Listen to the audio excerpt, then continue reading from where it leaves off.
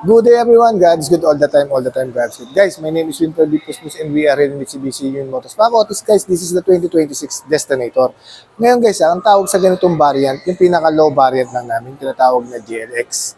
Yan guys As you can see guys ang kulay, ang tawag sa ganitong kulay is silver.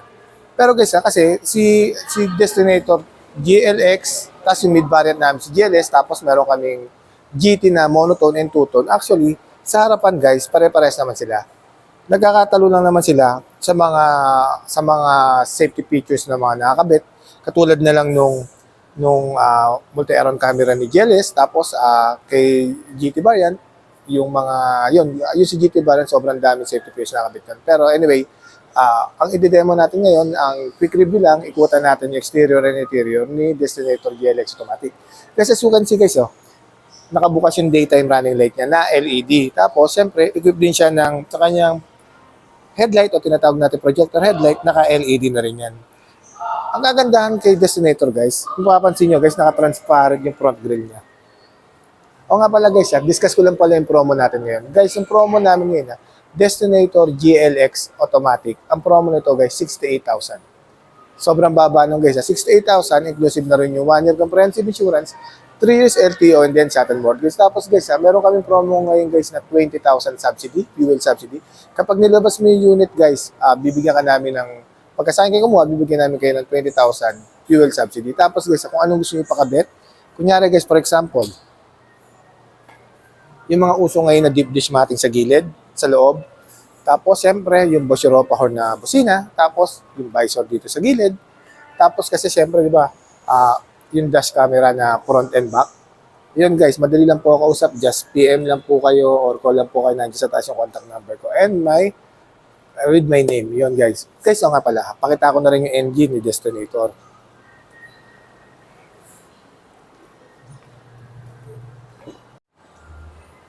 And guys, yung engine ni Destinator guys, same lang naman sila ng engine ni expander natin sa yung engine ng Express natin. Ang engine niya, equipped ng 1.5 liters, 4-cylinder inline, double overhead camshaft, tapos with the technology of Maybach.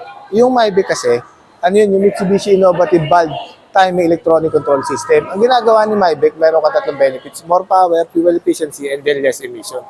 Yun yung ginagawa ni Maybach. Guys, punta tayo sa kanya side profile ha. Guys, dito. Pansinin nyo guys pagdating sa side profile ni GLX, compare natin kay GLS. Si GLS kasi, saka si GT, yung mid variant saka top of the line, two-tone alloy wheels yan, lang yan, para lang siyang black or gray na matte gray, yan. Tapos syempre, 18 inches na yan. Yan, naka 18 inches na siya na mags. Tapos, sa kanyang, pagdating naman sa harapan, naka-ventilated disc brake na siya. Tapos sa likod, naka-ventilated disc brake na rin siya. Tapos sa kanyang suspension, sa kanyang front suspension, naka-MacPherson strut, coil spring with stabilizer bar. Tapos sa likod, naka-torsion beam. Tapos guys kung mapapansin nyo pagdating naman sa gilid guys, hindi siya naka-keyless operating system. Yun yung difference nila ni GLS saka ni Destinator GT. Pero guys ano na rin to guys equipped din siya ng keyless entry.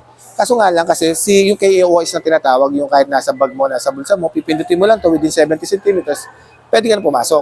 Pero ito kasi guys, hindi siya naka-KOS. Kailangan mo pindutin yung susi bago ka makapasok sa loob. Ngayon guys, pakita natin yung interior ni Destinator GLX Automatic.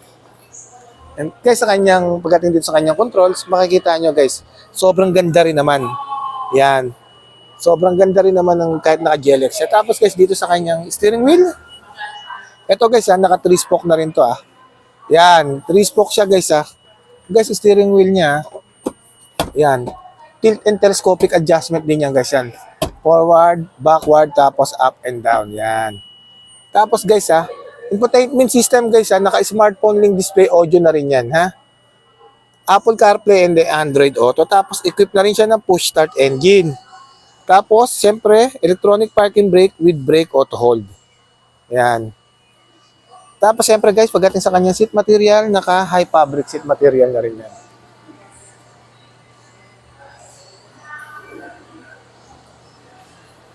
Tapos guys, dito sa likuran, guys dito, Ang ganda rin, no? Kasi meron ding ano, may type A, type C na socket. Tapos may control din ng aircon. Yan. Tapos guys, meron dito ano seat pocket. Ayan, na naaangat to guys Seat pocket, ang tawag rito guys, tray. Tray to guys seat pocket tray. Naaangat yan. Okay, tapos may cup holder din dyan sa gitna. Tapos dito sa gitna guys mayroon tong center armrest Hindi ko lang mababa guys kasi naka-plastic Dito kasi to guys, sa showroom kasi to guys, dito sa display.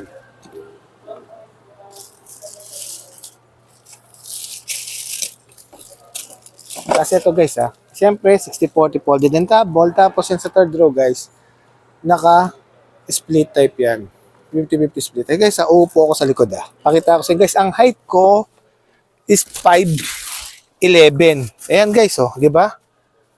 Guys, headroom. Nandito ako guys sa pinaka third row headroom. 5'11 yung height ko, legroom Bababa ko lang to guys para makita nyo Ayan guys standard yun nasa harapan Hindi pa nakasagad yan guys Legroom Tignan nyo guys kung makikita nyo. Yan. Di ba? Maluwag pa guys. Ilang inches pa yan. Dito yan guys sa third row. Tapos meron din syempre aircon dito. Yan. Meron din aircon belt dito sa likod. Tapos syempre merong seat belt. Tapos meron mga cup holder. And tapos may socket din ng charging port dito sa likod. Yan. Napakaluwag no. Ngayon guys, punta naman tayo sa kanyang tailgate.